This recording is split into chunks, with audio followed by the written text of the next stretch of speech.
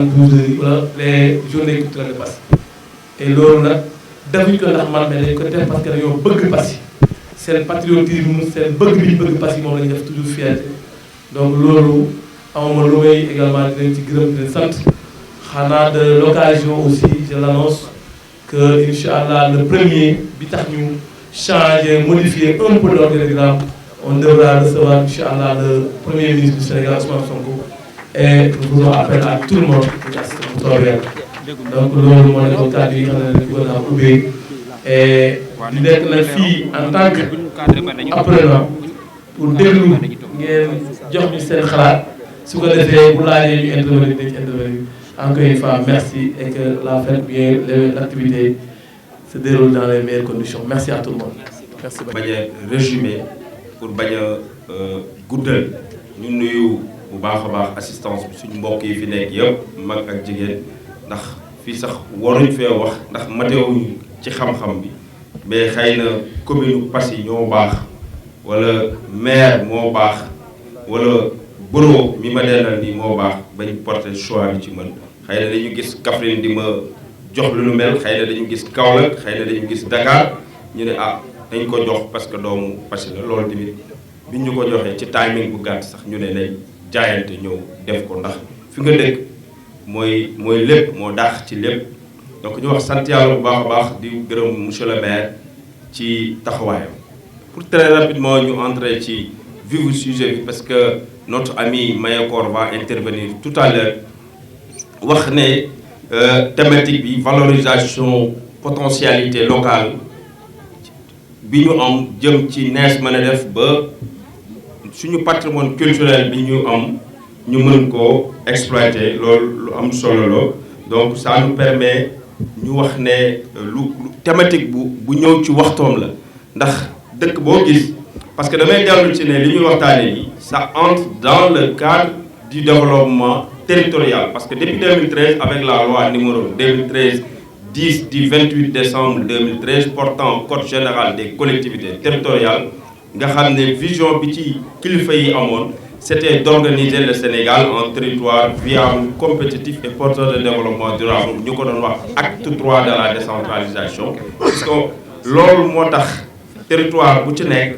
dañ ko war a sukkandiku ci li mu am pour mën ko doxal donc ci loolu moo tax foofu lay njëkk sukkandiku parce qu'on est dans le cadre du développement territorial li si njëkk mooy ressources humaines pour man les ressources humaines constituent une base importante de tout développement ressources humaines sama yaay yi suñu xale yi suñu rakk yi suñu mag yi mooy nit mooy développement te nit am nañ ko fii ci Passy nit ñooñu mooy ñan nit ñi mooy ñi nga xam ne ñoom la ñu am ci ñi nga xam ne mooy ñooñu jiite wala koo xam ne dafa nekk ci ruq bi wala keneen en tout cas ressources humaines de manière générale am nañ ko te l'une des meilleures ressources humaines bi ñu am fii actuellement à Passy bu leen naxante c'est le maire Baye Niass constitue une identité pour le développement de Passy bu leen naxante le développement dans une collectivité territoriale se base sur des identités et des potentiels soo demee ci yenn dëkk yi mag yi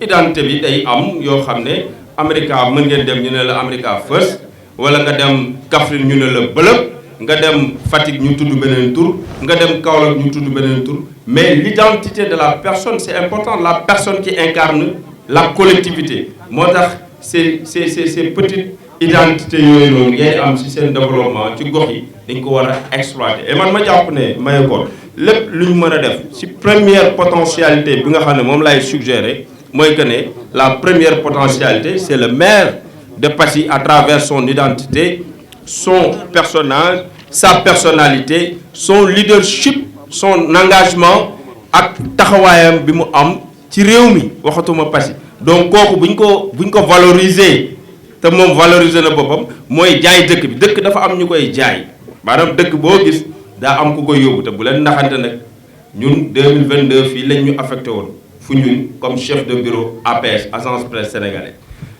ñëpp campagne yëpp fii la ñu fekk muy mouvance présidentielle ak yëpp fii la ñu fekk mais dama ne li ñu gis Passy bu dee doxoo leen bu dee da ngeen ni keneen nag koo xam ne bëggul gis moo xam parce que ñun on sillonne le Sénégal di gunge gox yee goxaat c'est pas pour rien on m'appelle facilitateur de développement démb rek la ma doon mécanicien yi Kaffrine yëpp dañ ma décorer parce que dama leen a tegoon ci ay code man moom awma xaalis mais mën naa xaw ma Baye Niass li mu ma jàngaloon université ndax bi ñu ñëwee université moo ñu tegoon ci code abal ñu ne jàppale ñu di ñu may ticket ndax xaritoo bi mu xaritoo woon sama mag yi ndax moom sama mag la teg ñu ci code boobu nag moo doon jàngale dama ko daan gis muy wax ak premier ministre ci jamono Souleymane Ndéné dama fa daan yéem ndax boobu kullu étudiant Sine Saloum Kaolack Fatick Kaffrine moo la jiitu woon moom Baye Niass donc l'identité de la personne man ci li ma gis dafa am solo boo demee Kaffrine on parle de Ablaye Seydou Sow kenn mënatu ko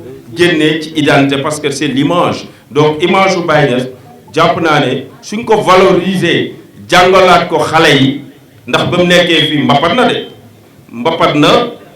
mbapat dawal dem jàngi ji boobu rek bu ñu ci encourager jeunes yi loolu danañu mën a dimbale ba nga xam ne danañ am un passé durable ba nga xam ne lu ñu bëgg ci développement culturel bi dañ ko am ba tax que son image ak lépp lu muy def dañ koy mettre en valeur dugal ko ci ay jàngat ak ay gëstu exposer ko parce que on aura danaa leen jox ay esquisse de solution yu ñu war a taxawal fii ba nga xam ne foofu dañ fay bàyyi personnage u Baye Niass ba nga xam ne xale yi danañ ko gis mu nekk loo xam ne ku ñëwati ci dëkk bi dañ la mën a wan li nga xam ne moom la fi maire le jeune maire defoon ci engagement politique ndax def na tuuti courage def na risque ci politique mais am na constance ci politique donc loolu tamit yooyu yëpp ñu jàngale ko bàyyi ko fi donc muy benn facteur de développement boo xam ne jàpp naa ne en termes de ressources humaines ci potentialité locale yooyu noonu man jàpp naa ne pour ñu mën a valoriser suñu patrimoine culturel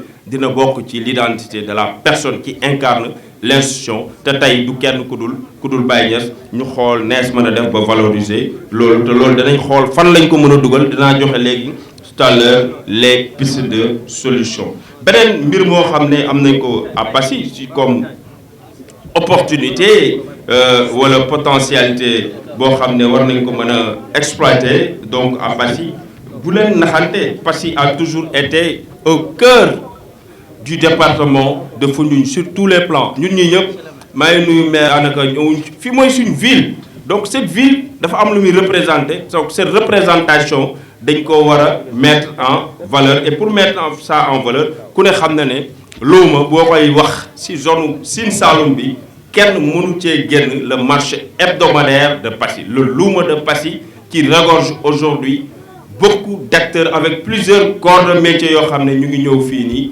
di générer beaucoup de xaalis boo xam ne mu ngi dugg ci commune bi ñeel ñi nga xam ne mooy askan wi muy duggaat ci xam ne mu ngi jëm ci ko donc le marché hebdomadaire constitue un poumon boo xam ne patrimoine boo xam ne la mën nañ ko exploiter potentialité la bu ñu mën a dugal ci patrimoine bi de sorte que danañ ko mën a wan suñuy gan ëllëg bu ñu ñëwee fii ci Passy bëgg a visiter ci ñu dugal leen ci marché bi ñu xool ils seront vraiment bien impressionnés parce que ñun bañ demee Égypte naar yi lu ñuy njëkk a def dañ ñuy yóbbu Alexandrie yóbbu ñu ci yeneen seen capitales yi nga xam ne mooy marché yi nga xam ne ça grouille le monde yooyu leen la yóbbu ñun suñu marché bi gën a am solo dans la zone centre fii nii may waxe yow mooy Passy lépp a fi am te loolu war nañ ko mën a valoriser xool nees mën a def ba nga xam ne foofu lay waxee ne suñu mbay mi nga xam ne avec le SECO parce que bu njëkk SECO yi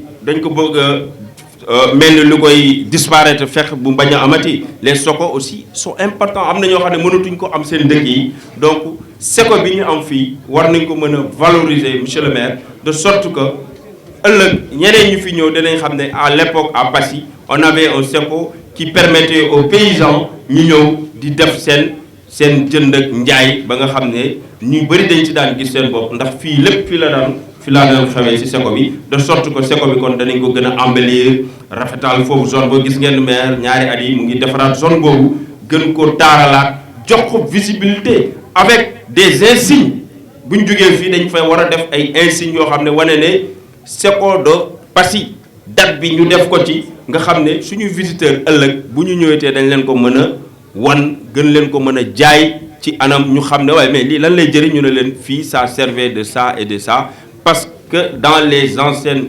capitales yu njëkk yi ñu daan am bu njëkk boo ñëwaan da nga fiy fekk seko yi te loolu ça tend à disparaître te nguuru Sénégal gis ngeen ne ci dynamique indiwaat seko yi la bokk la bëggaat ba sorte que donc kon mbay moomu war nañ ko mën a gën a valoriser ndax ku am sa gerte faw nga ñëw Passy luuma faw nga ñëw samedi Passy de boo ñëwul du dox te buy ñëwee faw nga jaar ci seko bi donc ak yeneen donc le seko de Passy pour man bokk na ci potentialité locale yoo xam ne war nañ ko mën a valoriser waaye bu ñu fàtte nag suñu mango bi bu leen naxante nit bu amee dara da koy xam valoriser ko téye ko xam naa ne suma xarit Pape Aline Mbaye ñoom nga xam ne ci transformation lañ jëgatu bu ñu ñëwee danañ ci gën a xóot waaye mango Passy da ngaa warul politique parce que la politique de la cité est importante mais nag boo gisee luy décoller da nga ko war a xam ngeen ne Passy mu ngi décoller.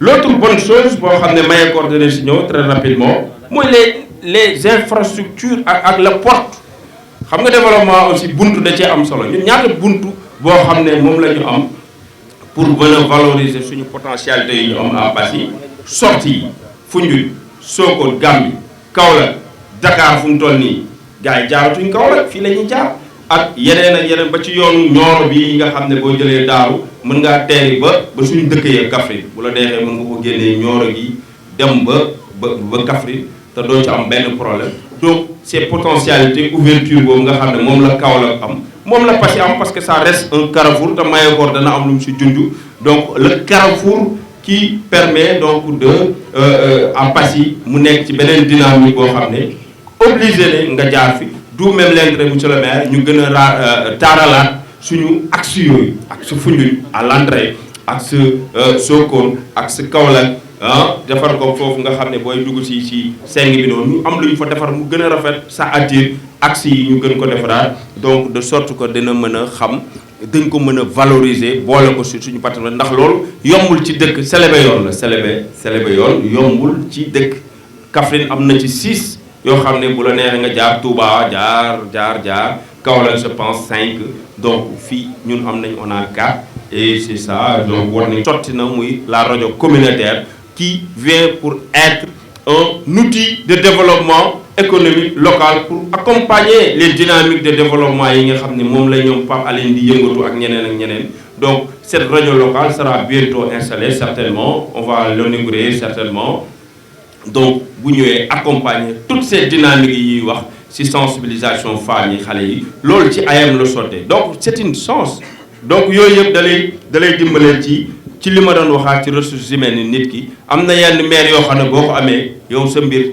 jeex na tekk nga parce que ñooñu lu ñu laal day dem moom ci ñooñu la bokk ndax moom bi muy den étudiant ba léegi lépp lu mu mësul dugg te ma seetlu ko day dem donc kon nee ci bàyyi xel xam ne li ngeen am yombul bu ngeen ku ci dof-doflu ba comme li gars yi wax Kaffrine du ngeen dof-dofloo ba ñàkk Ablaye Sow keneen mën naa ñëw mais am na nit ñoo xam ne dañuy nekk ñoo xam ne ñooy identité dëkk bi donc kon yooyu yëpp da ngeen ci bàyyi xel xam ne maire tout pour ay PM du fi ñëw loolu bu doon yeneen maire yi fii PM du fi ñëw de te ñu ngi ñaan mu ñëw nag te bu ñëwee même bu ñëwul bu fi yebalee nit sax xam nañ ne respecté ndox man am na ay kilifa yu may toogal sëñ bi baal ma am nañu may kilifa yu may toogal ci Pastef nee nañ ma saa yu ñuy réunion sawaay da koy citer en exemple Ousmane Sonko ci cotisation yi il respecte ses cotisations waaye loolu yàgg na ci moom dara ba léegi nii moom moo fi nekkoon ci dans la région de Kaffrine je pense il est le seul maire ci région bi ci 2022 bu remporter sa commune loolu du hasard loolu na ngeen ci bàyyi xel donc wax naa rajo communautaire bi mais mburu Passy bi bu leen fàtte ne mburu Passy bi yàgg naa teral nit de caameen yi nañ ma baal mais gars yi bu ñu demaan soirée fii ba sonn faw nga jaar ci boulangerie yi nga laal foofu benn mburu Passy parce que mburu Passy bi ni ñu ko daan defaree dafa amoon charme amoon organisation amoon hygiène donc kon monsieur le maire bu secteur boulangerie bi war nañu xoolaat nu ñu leen organiser ba nga xam ne suñu mburu Passy bi ni ma waxee mango bi mburu Passy bi ñu jiim ko jaayaat parce que identité la c'est vrai gars yi dem nañ suñu mbokk Saloum yi nekkee ci ruxu yi demaat copier mais nous avons été toujours la meilleure en termes de fabrication ci mburu Passy yi ak yu ni mel donc yooyu entre autres religion bi war nañu mën a valoriser yi ñu am fii ci ñi nga xam ne ñooy figure religieuse yi ku ci mel ni suñu sëriñ El Hadj Babacar Thiam zone bi mu dëkkee war nañ ko mën a valoriser defaraat ko mausolée boo xam ne ça permet aux pèlerins ñuy jógee Medina Baye parce que moom c'est une identité internationale Babacar Thiam icône internationale en termes de fayda Tidiania kon moom loolu noonu mu nekk fii war nañ ko mën a xool nu ñu mën a def monsieur le maire valoriser cette zone def fa mausolée wala ñu def fa un cadre def bind jaar-jaaram ci ay livres bind ko defar ko avec des photos gars yi bu ñu ñëwatee xool fa bu ñu demee ba ci biir ku fa bëgg a duggati nag ñu la gars yi est-ce que doo joxe 100 francs 200 loolu à l'avenir mais c'est une identité boo xam ne war nañ ko mën a valoriser muy feu Babacar Thiam di Zakir boo xam ne ñëpp a ko xam ci àdduna bi waaye am na ñoo xam ne ndax xamuñ sax na Passy la dëkk parce que nit ñi du ñuy faral di ñëw Medina Baye di ñëw Passy mais dañuy ñëw Medina Baye dugg Kossy dugg Taïba dugg fan yu mel noonu donc xam ngeen ne kon gars yi war nañ mën a jógeeti fële ndax ñu bëri moo leen jàngal sikar ñu ñëw ñu defaraat ce cadre ba nga xam ne dana nekk cadre bu approprié pour que nit ñi di fa mën a ñëw suñu maam suñu sëriñ Cheikh Ahmadou Bamba ma ne boo demee Porokhane bi ñuy wàññi képp kuy dem Porokhane te xam taarixu murid di nga ñëw suñu dëkk bee Naawel di nga ñëw seeti sëñ Bas moo fa nekk sëñ Moussa Naawel moo fa nekk Naawel mu ngi ci Mbirkilaan ñi ko xamul tey ngeen xam ne soxna Asta Waalo tombam mu nga ca Naawel moo tax ñu ko xam ñëpp bala ñoo ñëw Porokhane dañuy jaar foofu ziare yaayu sëñ bi tàggu ko ne ko ñu ngi dem fële moo tax dañuy ñëw Porokhane ziare fële Naawel ba pare doo ko dem Porokhane donc kon gars yi bu ñu ñëwatee Medina Baye bala ñoo dem bu leen ñuy jógee ci fii mën nañ leen permettre ñu jaar Passy xool rawdu Babacar Thiam ak ñeneen ay kilifa ñu doog a décoller dem Medina Baye te loolu xam naa ne maire bu ko déggee ni dana ko valoriser boo xam ne dana mën a nekk une potentialité un patrimoine culturel boo xam ne dañ ko exploiter entre autres donc pour ne pas vraiment maye koor épiloguer parce que temps bi ak ñeneen ñuy war a wax ci thème yi dafa bëri te lépp li ñu bindoon mënuñ ko dugal fii mais jàppal ne loolu daal lañ amoon pour tënk ko di wax ne acte 4 day ñëw te acte 4 incha allah bu ñëwee dina prévoir loolu parce qu'on a prévu avec l'acte 4 de la décentralisation sous l'impulsion du ministre Moussa Balla Fofana de créer 8 pôles territoires. Kaolack, Fatick, Kaffrine va concentrer l'une des pôles avec ce qu'on appelle le pôle centre. Chaque commune avec ses potentialités, ses spécificités si associé bu ñu associé waat donc di wax ne donc Passy fu mu nekk na ci contribuer donc le développement les acteurs ñooñu ñëpp ci développement bi lañ bokk maa ngi jégalu di nuyu waat Kassé di nuyu Bastouré di nuyu toute l'assistance di jégalu di wax ne nañu bàyyi xel ci l'identité de Passy la seule unique référence identité bi mooy Baye Niass te bu ñu ko jàppalee danañ dem foo xam ne ci développement ci Passy jàpp naa ne fii ak ñeenti at da ngeen gis ne mbir yi soppeeku na bu baax a baax ci tali ci la. au-delà des potentiels culturels am na benn potentiel naturel boo xam ne c'est lié à l'agriculture à travers les ressources naturelles ñun nag ci loolu noonu dañoo jël la production du foño def suñu spécialisation parce que kii di production foño ñëpp xam nañ ne que foño dafa nekk benn production boo xam ne booy xool au niveau du Sénégal. ñu ngi koy bayee ci 3 gox mooy région de Tambacounda région de Kolda mais en même temps région de Kédougou ci loolu nag foño dafa nekk benn céréale boo xam ne c'est méconnu ñu bëri xamuñu ko peut-être bu ñu ko xamee temps yi sax cette année-ci li may wax c'est à travers la montée exhaustive comment dirais-je du diabète parce que kii di diabétique ñu ci bëri seen lekk d'une manière générale dañu orienté vers le fognon. Pourquoi fognon? Parce que fognon sa teneur en sucre est très faible dafa am solo ci loolu moo tax souvent ñi nga xam ne ils sont diabétiques sont recommandés ñu lekk fognon ci loolu aussi production fognon bi c'est un peu difficile mun naa wax tuuti rek ci affaire technique culturelle yi produire des fognons n'est pas quelque chose de facile de telle sorte que booy xool ñi nga xam ne ñu ngi produire fognon sont minoritaires à travers l'agriculture Et d'une manière générale, ce sont les femmes, d'une manière générale, nous produisons fognon avec une faible superficie. Parce que nous sommes 0,25 et aussi les rendements sont très faibles. Le rendement est faible, c'est lié à quelque chose parce que qui dit production dit semence de qualité. Semence, c'est un peu difficile à acquérir parce que jusqu'à présent, Israël a fait des recherches, mais jusqu'à présent, on n'a pas de semence certifiée à travers la production du fognon. Ce sont les semences ancestrales qui utilisées et les rendements sont très faibles. Et par rapport aux défis, il y a aussi les semences de qualité. C'est un défi qui est là, vraiment, nous avons lancé l'État. Certes, Israël a fait des recherches, mais il a fait des batailles.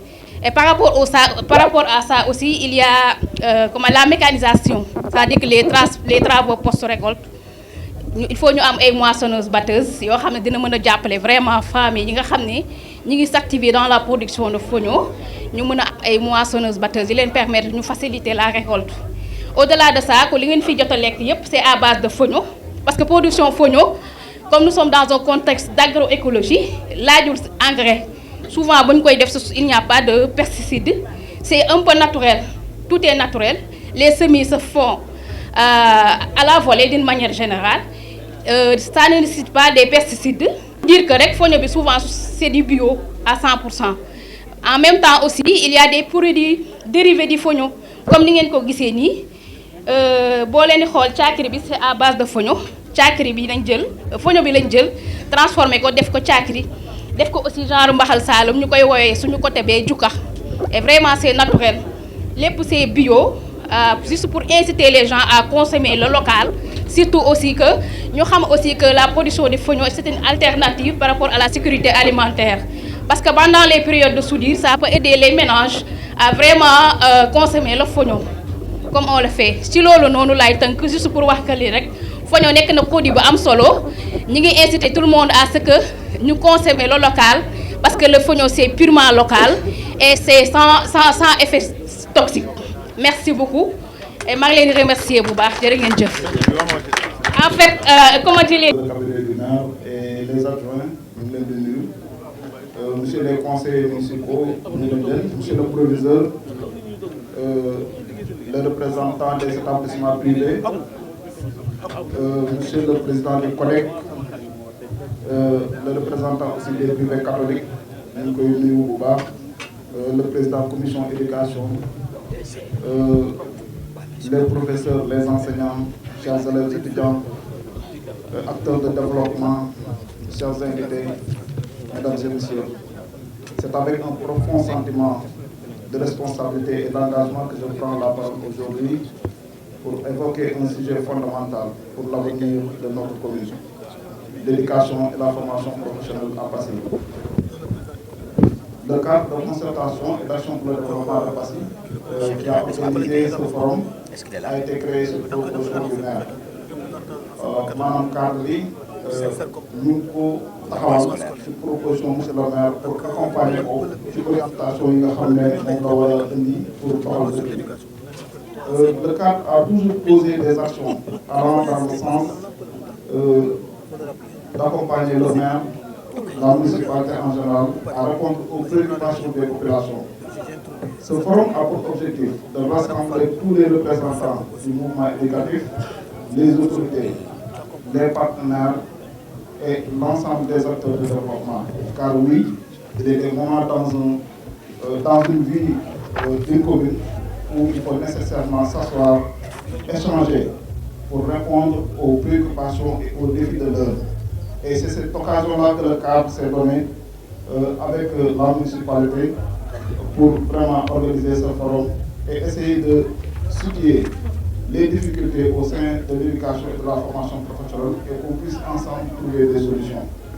Monsieur le maire, malgré tous les efforts qui ont été consentis, notre commune, comme tant d'autres à travers le pays, fait face à des défis majeurs dans le domaine de l'éducation. L'insuffisance d'infrastructures scolaires. Maire, Djambarle, Gourgourne, Defarna, mais toujours de l'œil. De nombreuses écoles manquent de salles de classe. de mobilier adéquat ou encore de bibliothèques et de laboratoires. Manque d'enseignants qualifiés. Si on dit manque d'enseignants qualifiés, ça ne veut pas dire que les enseignants ne sont pas qualifiés, mais il y a des matières, comme les matières scientifiques, toujours ça pose problème. Ce qui freine d'habitude enseignement bi am vraiment qualité bi wax parce que on est sans savoir que les enseignants scientifiques toujours dañuy def ay concours di dem te loolu quand même ça freine un peu le développement. Taux élevé d'abandon scolaire li koy waral mooy lan les difficultés économiques, les mariages précoces ou encore le manque de perspectives professionnelles poussant trop d'élèves à quitter l'école prématurément. Formation professionnelle inadaptée. Les filières techniques et professionnelles sont souvent déconnectées des réalités du marché local, ce qui limite l'employabilité des jeunes diplômés. Maanaam li ñuy jàng des fois ci am ay diplômes sax comme réalité yi nga xam ne mooy am au niveau local te il faut ñuy créer des formations yoo xam ne au niveau local dañuy am aboutissement donc loolu aussi dafa nekk loo xam ne lu am solo la. Pour en ce qui concerne les enjeux.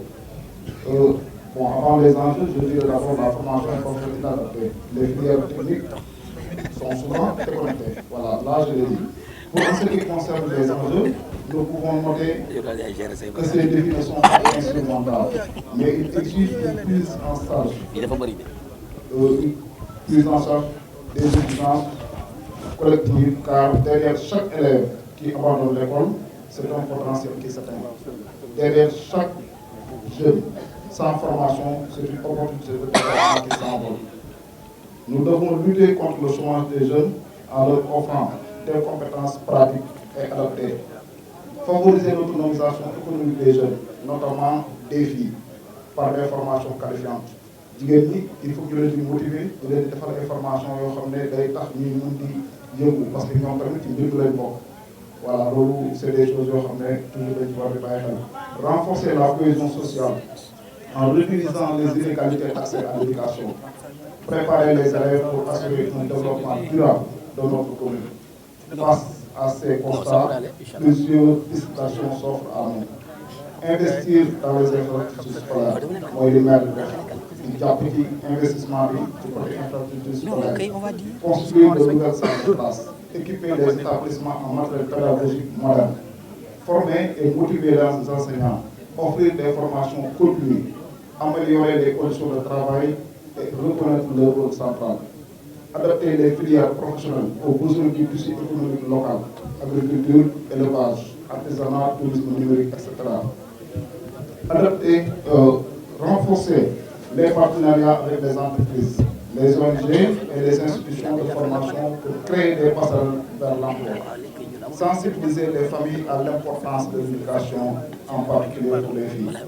Kilifa yi ñuy bàyyi di may jigéen ñi ne jigéen ñi seen place nekkul école chaque fois rek dañ leen di may ñu dem sëy ñoom tam ci lañ bokk dañ leen bàyyi ñu jàng réussir comme seen i morom parce que aussi ëllëg ngay sëy dépendre ci seen jëkkër bu tukkee xorom sax da ngay toog di ko xaar loolu c'est pas normal wala il faut jigéen ñi tam nangoo jàng parents yi accompagner leen bàyyi leen teel a may c'est très important.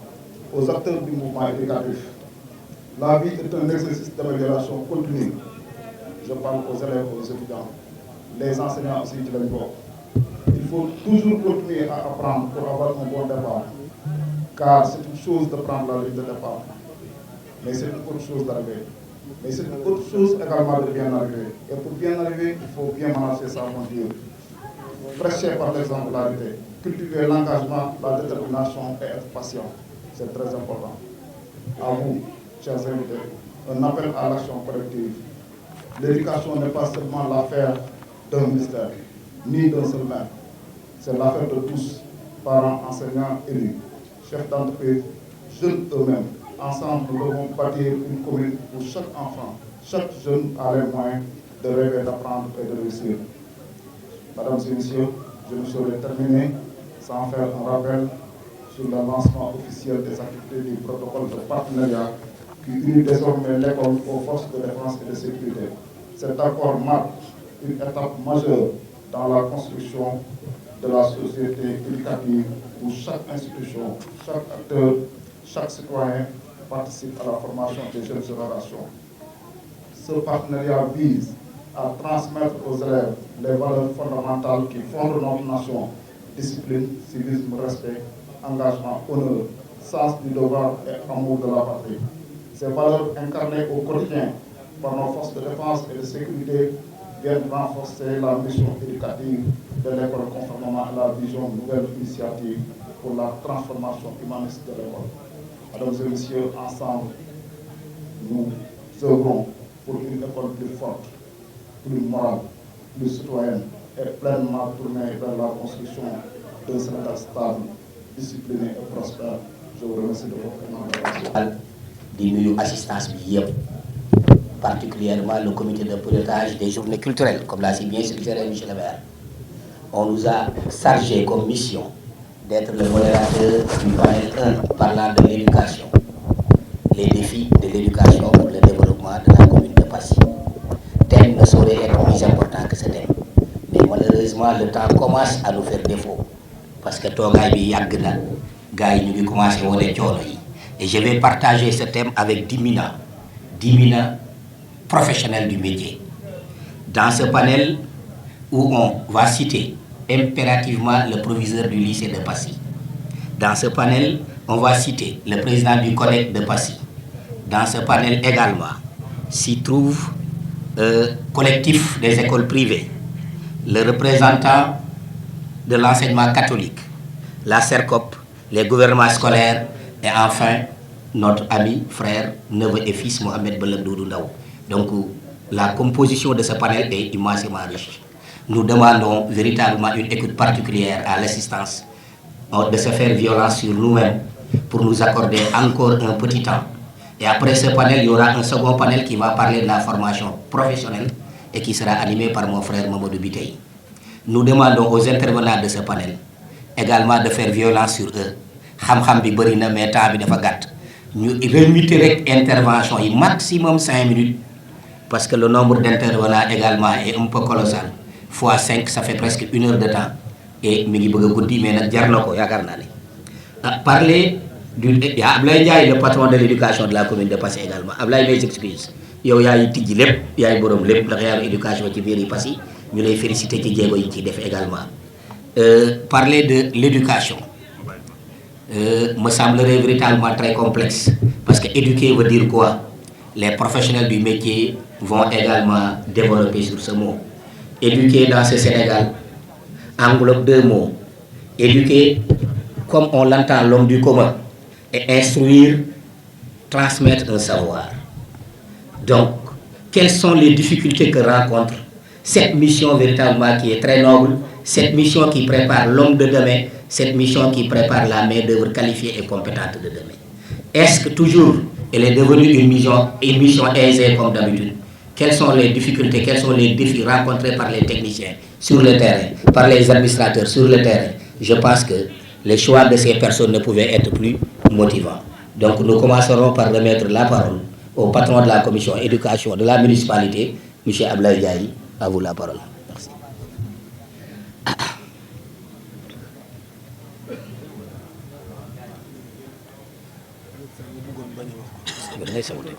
ñëpp ñi nga xam ne ñëwoon nañu wuyu si panel bi donc ñun suñu intervention pratiquement du sori parce que dañuy ubbi rek lu si ëpp solo am na ñoo xam ne ay acteurs de l'éducation la ñu ngi fi yaakaar naa ne si développé mais aussi les autorités locales ñu ngi fi donc comme le maire peut-être intervention yi bëri yi nga xam ne dañ ko def moom dina si apporter peut-être ay solution donc dañuy brocher tuuti rek parce que li ñu wax mooy ñu wax ci wàllu éducation donc éducation koo xam dafa nekk léegi important ci développement dëkk donc politique étatique ñu orienté ko ci l'éducation pour tous donc ñëpp dañoo war a jàng mais aussi rester à l'école jusqu'à l'âge de 16 ans mais malheureusement suñ xoolee loolu problème la instant bi surtout ndëkk nii dans le Sine Saloum pour ñu maintenir xale yi école dafay jafe surtout nag les filles parce que am na benn village bu ma doon jàngale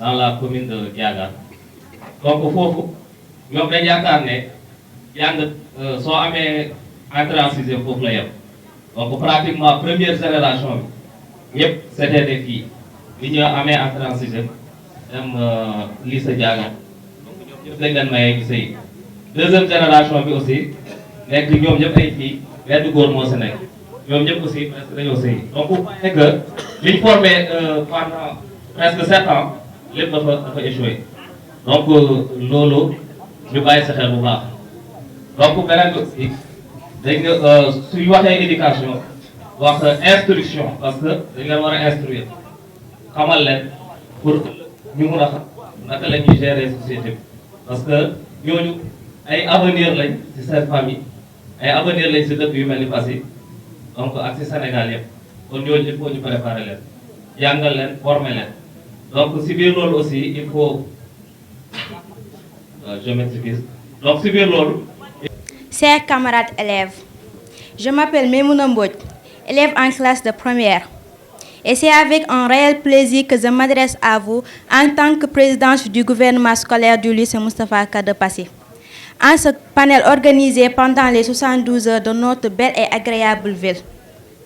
Mesdames, Messieurs, permettez-moi d'indiquer d'abord, si besoin en était, que contrairement au FOSCO, le gouvernement scolaire a pour mission principale la formation de l'élève à la citoyenneté.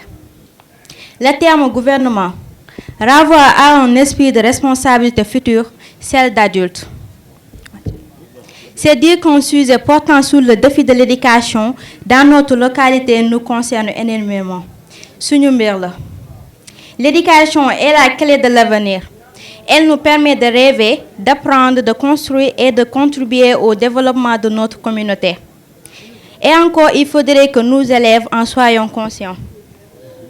Les défis pour la réussite de l'éducation à Passy sont nombreux. Mais je me contenterai de mettre le doigt sur ce qui nous concerne directement, nous les apprenants. Pour cela, j'ai décidé d'ouvrir mon cœur pour exprimer ce que je ressens. En Wolof, on dirait que le doute baram. Le premier défi demeure le respect envers nos parents, administration et les enseignants qui nous transmettent le savoir. Nous devons nous distinguer par notre discipline et le respect des lois. Le deuxième défi est l'engagement dans les études. Réussir est une chose, mais il faut réussir avec la manière. Les écoles qui réalisent les belles performances au BFM et surtout au baccalauréat ne sont pas meilleures que nous. Nous devons faire comme eux. Sinon, mieux si et seulement si nous nous arrêtons de nous contenter du minimum.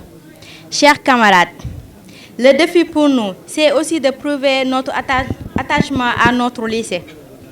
Depuis quelques années, l'administration a fait des énormes efforts pour éliminer les abris provisoires. Il nous appartient de prendre soin du matériel de l'établissement.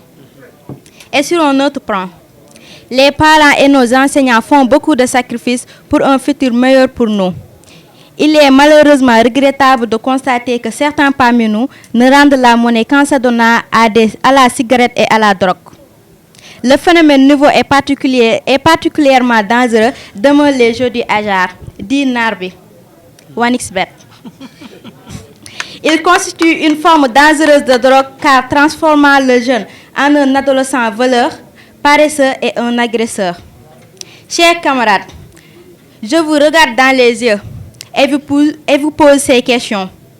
Est-ce là que méritent nos parents qui... De bon micro. Et li ma waroon wax bëri na mais comme waxtu bi daf ñu tënk dinaa jéem a donc gàttal thème bi dañu les défis de l'éducation man li ma gisee mooy ci jëm kanam li Passy le développement de Passy lan moo war a nekk la place de l'éducation et man bu ma éducation je parle du moyen secondaire parce que moom laa gën a maîtriser. Pour cela, li ma def gëstu bi mooy le Passy d'hier à aujourd'hui. Le Passy d'hier, c'était un village. Quand je dis hier, c'est la fin des années 90, quand je venais ici en octobre 1998. C'est un village presque avec beaucoup de cases. Et les activités dominantes étaient l'agriculture, les petits métiers, le petit commerce. Il n'y avait que 2 grands commerçants à Passy à l'époque. Comme infrastructure, on avait un dispensaire. On avait une école élémentaire avec cycle complet, Mamoun Gatan Touré. Une autre école avec 4 classes. Et un CM qui venait de commencer. Le soir, je pouvais taquiner mes cousins serrères. Les femmes demandaient, est-ce que demain sim tchereb? Aujourd'hui, nous allons voir qu'est-ce que la femme dit. Est-ce qu'elle dit demain sim tcherebi ou bien elle dit à l'enfant demain nga jënd mburu bi.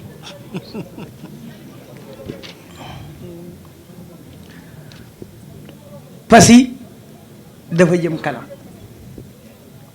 Léegi facteurs yi ko waral mooy lan mooy économie bi am na ku ko aborder fii mooy le louement de Passy.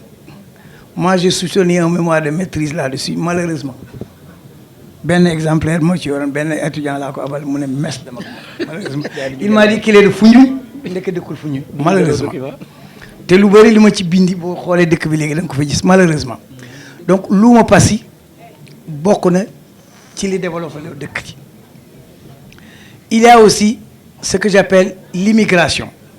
Immigration mooy ñu jóge feneen ñëw sanc Passy. Alors si ñooñu am na ñu jóge ci dëkk yu ñuy wër am na ñi nga xam ne ay moodu lañu ci biir dëkk bi fii ay doomi Passy am na ñi nga xam ne ay fonctionnaires lañ man ci laa bokk am na ñi nga xam ne ay retraités lañ yoo xam ne dañoo choisir Passy parce que dëkk bi nee nañ dafa neex. L'autre élément bi tax Passy jëm kanam mooy école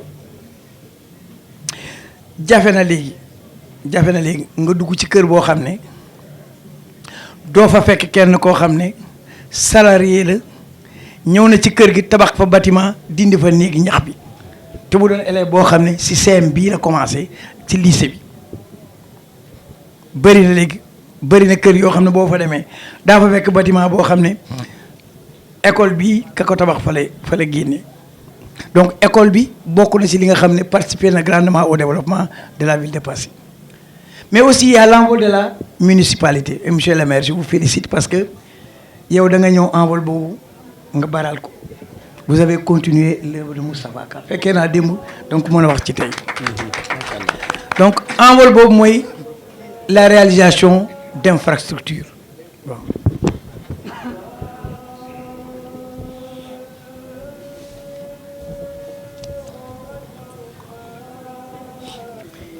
fii bu école ubbee c'est un problème non man damay jóge SDML loolu du quoi donc le Passy buy transformé wu dafay soxla élèves yoo xam ne dañuy def ay séries scientifiques damay fàttaliku fi benn femme boo xam ne un jour ñëw na sama bureau wax la may wax yoo xam ne sax yu xaw a ñagas la te pourtant femme bi mooy ñëw fii elle était une petite fille mais xam comme dañuy teel a sëy la di am ay doom ma ne ko léegi boo buggee sa doom bi changé da ngay dem Fatick mu ne waa dinaa dem sànni loxo bi dem mais doom demul mais la fille là elle a eu le bagage ici. On m'a même dit qu'elle est partie en Europe, bac 2025. Papa Moussama Boye, je ne sais pas mais quand tu regardes au lycée de Passy, à titre d'illustration, les scientifiques là, 17%. 17%, 150 élèves à peu près, sur quelques 870 élèves pour le second cycle. Tout le reste, ce sont les littéraires. Donc 83% des effectifs, ce sont des littéraires. Et paradoxe, ñenn ci littéraire yooyu dañuy demander à être orienté dans des filières scientifiques par exemple ISEP bu nekk Diamniadio ISEP bu fa nekk formation professionnelle lay def mais on a eu des gens qui ont eu le bac L2 ici def fa formation le froid l'électricité mais c'est scientifique ça donc ça veut dire que c'est possible mais ñoom ñoo amul volonté te série S mooy gën a offrir opportunité à l'élève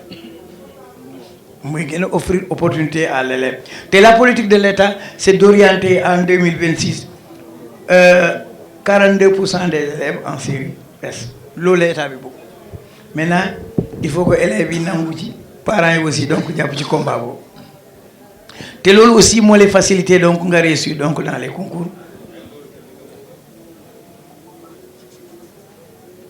donc engagement ci biir njàng mi mooy nga jàpp bañ a bàyyi nga bañ a def li may wax ne départ 4-4 arrivé saret Dans le premier semestre, am une moyenne de 15, deuxième semestre, am 9.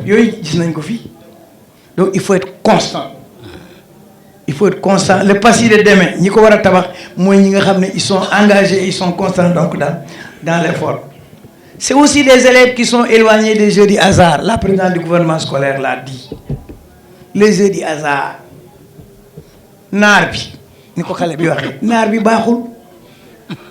Narbi Bahoul. Dafay yàq société.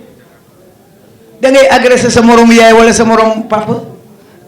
Nek drogué parce que xaalis ngay wut à tout prix. Tontini ci biir école. Paye jox leen 300 francs pour ngeen dékki, surtout les filles là, ngeen dem di organiser tontine. Vous ne savez pas que vous devez manger bien pour ne pas tomber donc dans l'anémie.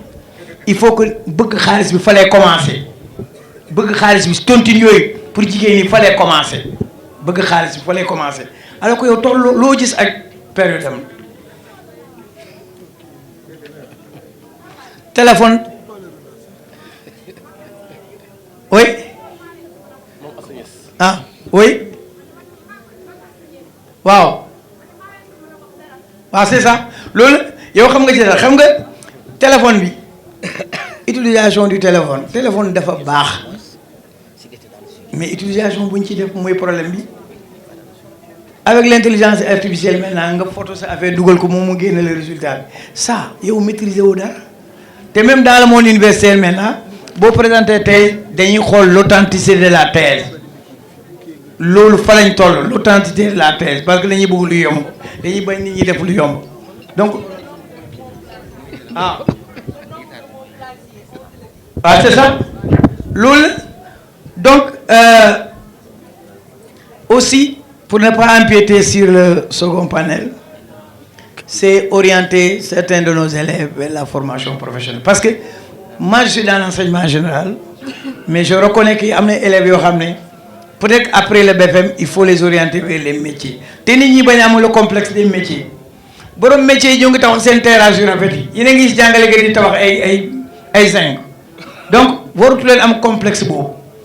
Vous devez être des artisans, des hommes de métier modernes qui nga xam ne dafa formé wu yore ay machines qui commandent ay ordinateurs de réparer moteurs et non des gens qui font le kàcci di daj fa lañ tollu léegi. Donc se débarrasser du complexe donc des métiers. Donc je dis OK au cri de cœur de Maïmouna, la présidente donc du gouvernement scolaire. J'ai un espoir. L'espoir, c'est la construction d'un lycée à Passy. Monsieur le maire, merci pour ça. Merci. Parce que le lycée Boubou, il y a un laboratoire qui vit.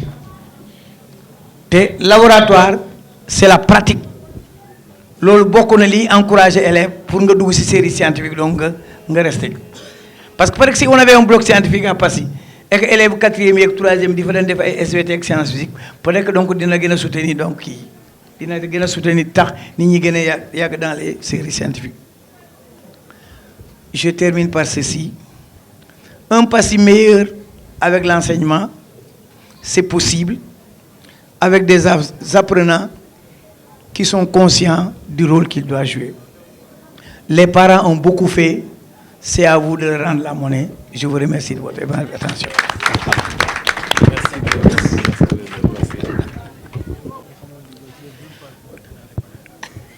Permettez-moi d'entrer dans le vif du sujet, d'adresser mes salutations distinguées à toutes les autorités administratives coutumières de la commune, l'ensemble des initiateurs de cette importante rencontre avec le président M. Alioune Badara Diouf à sa tête. Mention spéciale à M. le maire. Aborder une thématique telle que les défis de l'éducation dans la commune de Passy, dans le but d'informer et surtout de sensibiliser, en vue de comprendre les enjeux et d'envisager des solutions, me paraît d'une importance capitale, car une société se construit à travers une forte prise en conscience des problèmes de l'éducation. Quoi qu'il en soit, nous tenterons de vous faire un livrable des problèmes liés à l'éducation surtout dans le domaine élémentaire. Chez le proviseur, n'est-ce pas, a énoncé les problèmes liés à l'enseignement moyen. Les défis liés à l'éducation dans la commune de Passy sont multiples et variés. L'accès à l'éducation, la qualité, les désertions scolaires, défis liés aux infrastructures. Bon, lors du développement, vous allez me permettre un tout petit peu de brosser le wolof. Voilà. L'accès à l'éducation, ça veut dire soxla nañ xale yi di dem école mais di fa des ñi war a dem ñi nga xam ne ni aussi bëgg nañu dem ñu dem. À l'instar des autres localités, de quelque part les populations où il y a un refus d'aller à l'école, ici au niveau de la commune de Passy, ce n'est pas le cas. Mais c'est un cas de manque d'infrastructures scolaires qui peine à accueillir une bonne partie, n'est-ce pas, des enfants. Parfois aussi, c'est un manque de structures, comme les structures scolaires, CTP, CPE, si je te parle, c'est les classes préparatoires à l'élémentaire, casier tout petit, et j'en passe. Il y a aussi le problème de l'offre. Passy étant une zone religieuse, le plus souvent, nous avons fréquenter franco-arabe. Alors que ces structures sont presque inexistantes, surtout dans le public. Et nous savons que c'est le public qui est beaucoup plus accessible. Je sais que, pour aller vite, je sais que le temps qui nous est imparti, n'est-ce pas, il y a aussi d'autres qui vont développer. Maintenant, abordons la qualité. Elle est tellement importante car elle est source principale de résultats scolaires. Ces défis s'articulent autour, n'est-ce pas, des acteurs, des voies et moyens à mettre à la disposition pour avoir de la qualité. Et d'autre part aussi, il y a la mission, n'est-ce pas, de l'État, qui vraiment, comme nous le savons tous, n'est-ce pas, est le garant, n'est-ce pas, de l'éducation. Là, à ce niveau, comme je le disais,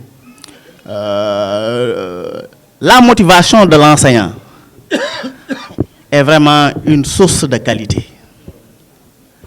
Et nous assistons aujourd'hui au manque de motivation des enseignants, comme l'autre l'a dit. C'est pas, si on parle de qualification des enseignants, ce ne sont pas en tant que tels, n'est-ce pas, des enseignants qui sont formés.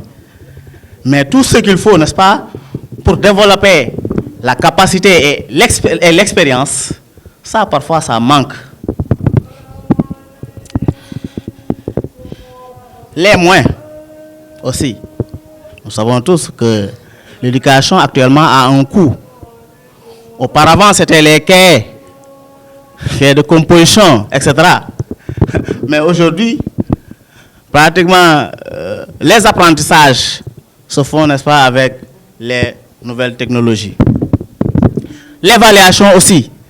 Il faut, n'est-ce pas, ces matériaux, à savoir les imprimantes, n'est-ce pas, les photocopieuses, et tout ça, ça nécessite vraiment, n'est-ce pas, des moyens, n'est-ce pas, ces moyens qui sont des intrants de qualité, n'est-ce pas, pour asseoir la qualité. Pour le troisième point, les désertions scolaires. Moi,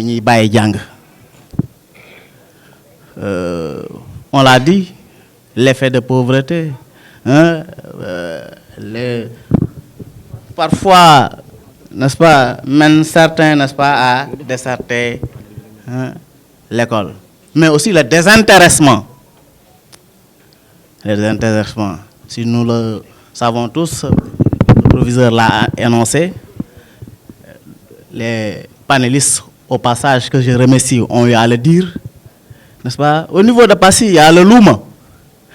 L'effet de Louma est parfois chose, n'est-ce pas, qui pousse les enfants à déserter l'école. Pourquoi? Parce qu'avec ce petit métier, n'est-ce pas, ils trouvent un intérêt.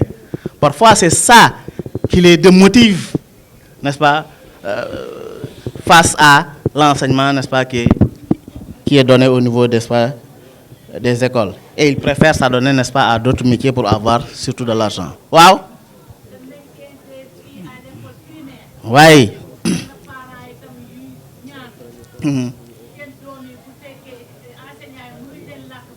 Oui. Oui. Ok. Voilà. Merci Madame la maire. Comme les wax yoy yep naron nako développer fi mais temps bi moñu xoj motax dama jukki ci yene défi yi nga xamné ni n'est-ce pas ñepp buñ ko waxé dañ xamné li problème la Passy bëgguma delu tuuti ci ginnaw parce que aussi dafa am ay innovation légui yi nga xamné ni n'est-ce pas dafa laal ci école té yoy sax ay problème la et dina ko évoquer n'est-ce pas ci problème de gestion des écoles.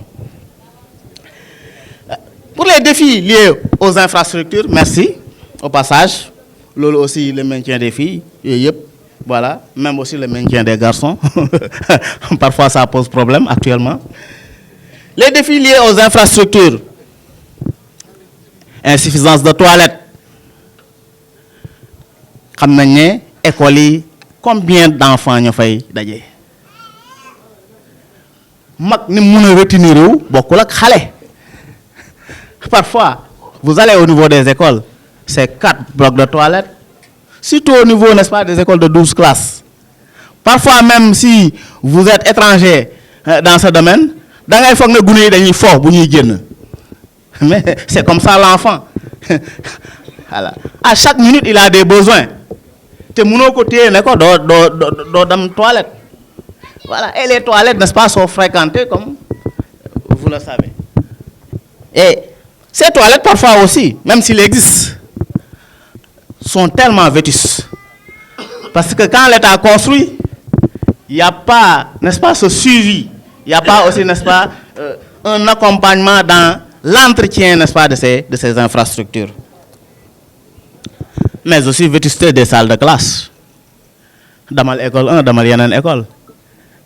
Classe, nous avons le plus souvent chaque année nous lañ ciy dugaatee tant que classe bi demul ba nga xam ne ni dégradation bi dem na à un état très avancé le plus souvent duñ ko defar parce que aussi defar bi day am problème les écoles n'ont pas de moyens pour faire ça. Ça aussi c'est un problème. Les murs de clôture sont souvent agressés. Je peux citer l'exemple de Passy 4, de Passy 3 damal ci mur de clôture ba dañ ko bënn parfois gune yi di fa jaar. Il y a aussi l'effet naturel. Donc il y a pas ay problème là. Té fu muy mujj pratiquement moyen pour defar ko do am dañuy bàyyi ba mu daanu ñu do di wax né am mur ba nañ ko comme ce fut le cas à l'école 1. La mairie dans ce sens, n'est-ce pas, a eu à faire un gros travail. N'est-ce pas? Maintenant, monsieur le maire, il faut nous les remercier de nous vraiment intensifier.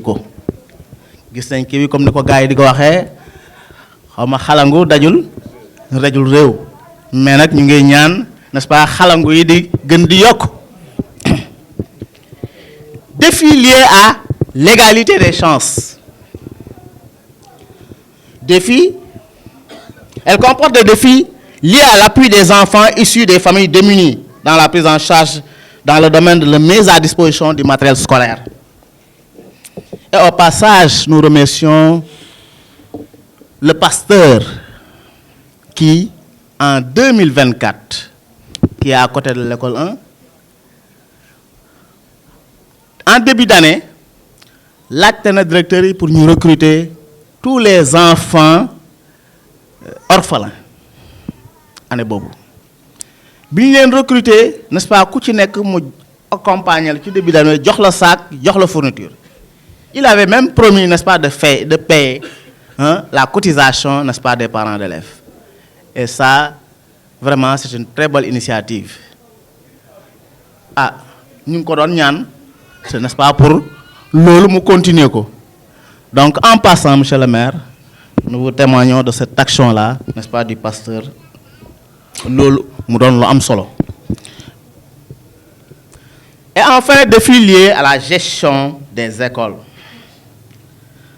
Bëri na mais dama ciy jukki tuuti parce que guddi na te am na ñeneen ñu war a gestion des écoles. Le problème de gestion de la discipline. ñun ñëpp xam nañ actuellement société bu ñu am xam nañ xale yi nu ñu mën ak lu ñu capable xam nañ aussi li nga xam ne nii loi yi nga xam ne nii moo nekk en vigueur dans le milieu scolaire. Sans l'accompagnement des parents. Du lycée de Passy, monsieur le coordonnateur du cadre de concertation et d'action pour le développement de Passy, chers invités, à vos titres et grades, je vous salue. Je suis Mamour Tounkara, le président des étudiants et élèves ressortissants de la commune de Passy, mais aussi également étudiant en master à l'université Cheikh Anta Diop de Dakar, spécialité physique et application. Je suis honoré aujourd'hui d'être parmi vous en tant que panéliste sur le thème qui m'a été confié, défi de l'éducation dans la commune de Passy.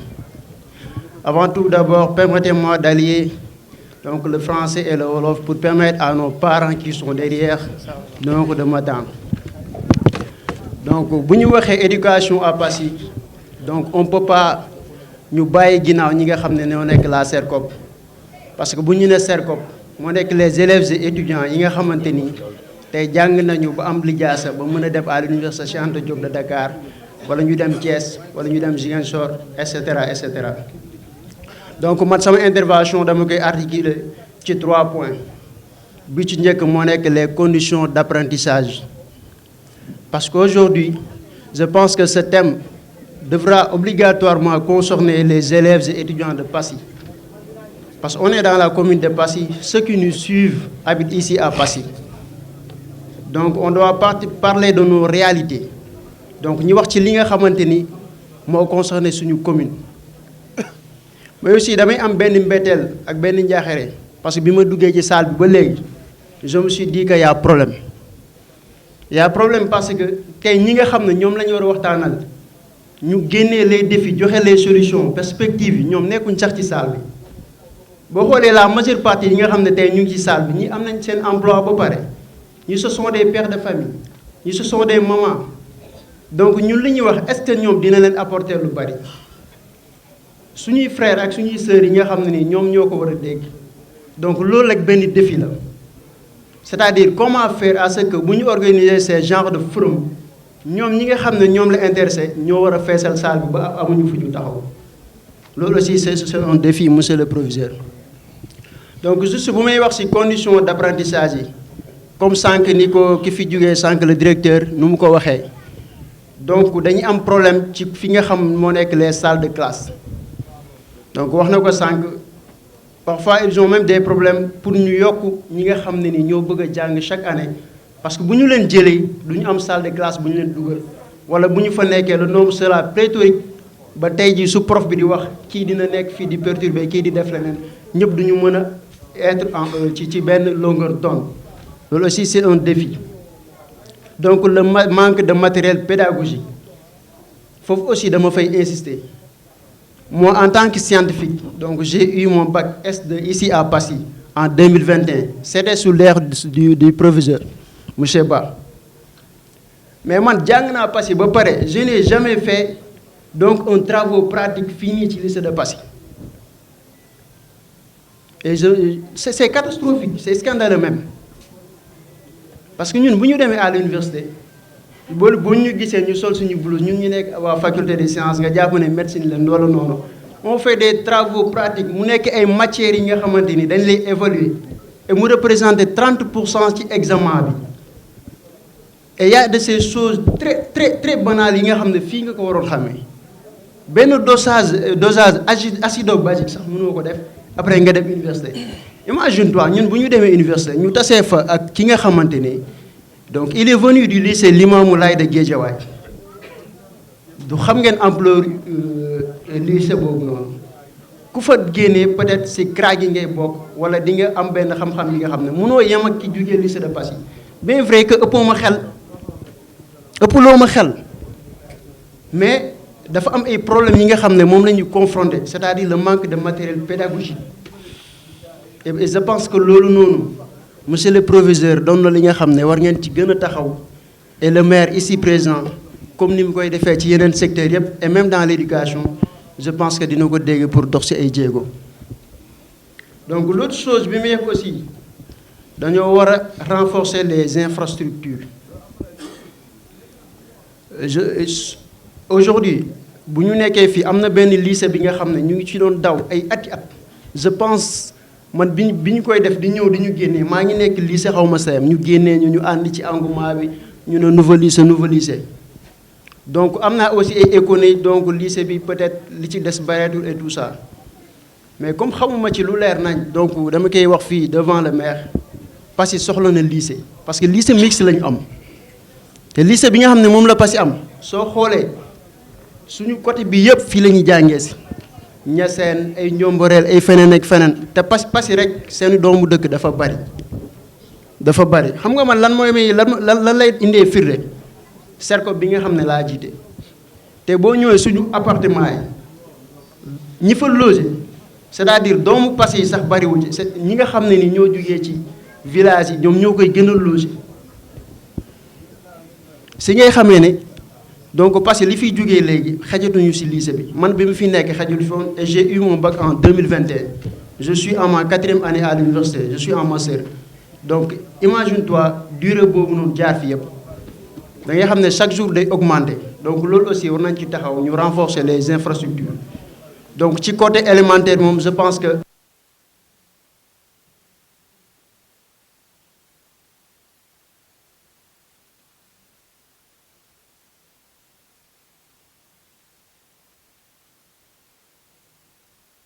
mais bari na fi ñoo xamante ne fii tey ku ci nekk bu présenté woon rek doy na pour que nga xamante ne mun na nekk comme exemple comme ni ko Cheikh di waxee ci man Cheikh y a 10 000 y a presque 18 000 Baye Niass au niveau de Passy des gens yoo xamante ne man gëm naa ne liñ mën sax mënuma ko donc ñuy ñaan yàlla liñ fi tënk yëpp ci waxtaan bi mu nekk luy jëriñ et comme ni ko waa kàddu di waxee nga xamante ne man ñooy sama soog ñooy sama appui incha allah tant que ñu ngi fi ñu nekk dañ koy insérer ci 72 heures yi pour que au moins lii nga xamante ne permettre nga ñu am ko parce que tamit fo bi neex na mais lii dafa baax permettre na ñu am ay échanges yu futurs permettre na également ñu tënk fi loo xamante ne buñ ko appliquer et c'est l'occasion de le dire et un appel par rapport au comité de penser aussi à ce que lii ñu ëllëg ñu mën ko di ko coucher sur des papiers ëllëg si biir ñu mën ñu servir comme des documents yoo xam ne mën nañu ko partager pourquoi pas dans les écoles mais pour nit ñi mën si am un rapport boo xamante ne ça y va dans ce sens donc en un mot daal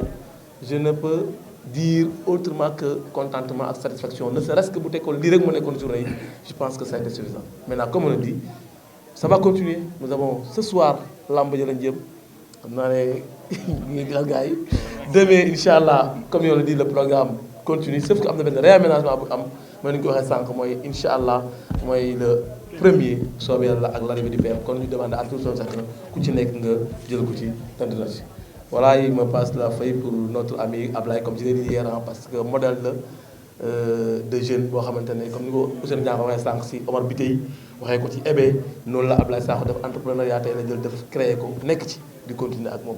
mais leen ma aussi ma remercier aussi nag ñi nga xamante ne 72 heures yi bu doxee dañ cee bokk ay ñoo xam ne dañoo jël seen xaalis doomi Passy fii ñu jël ay 500000 ñu jël nag.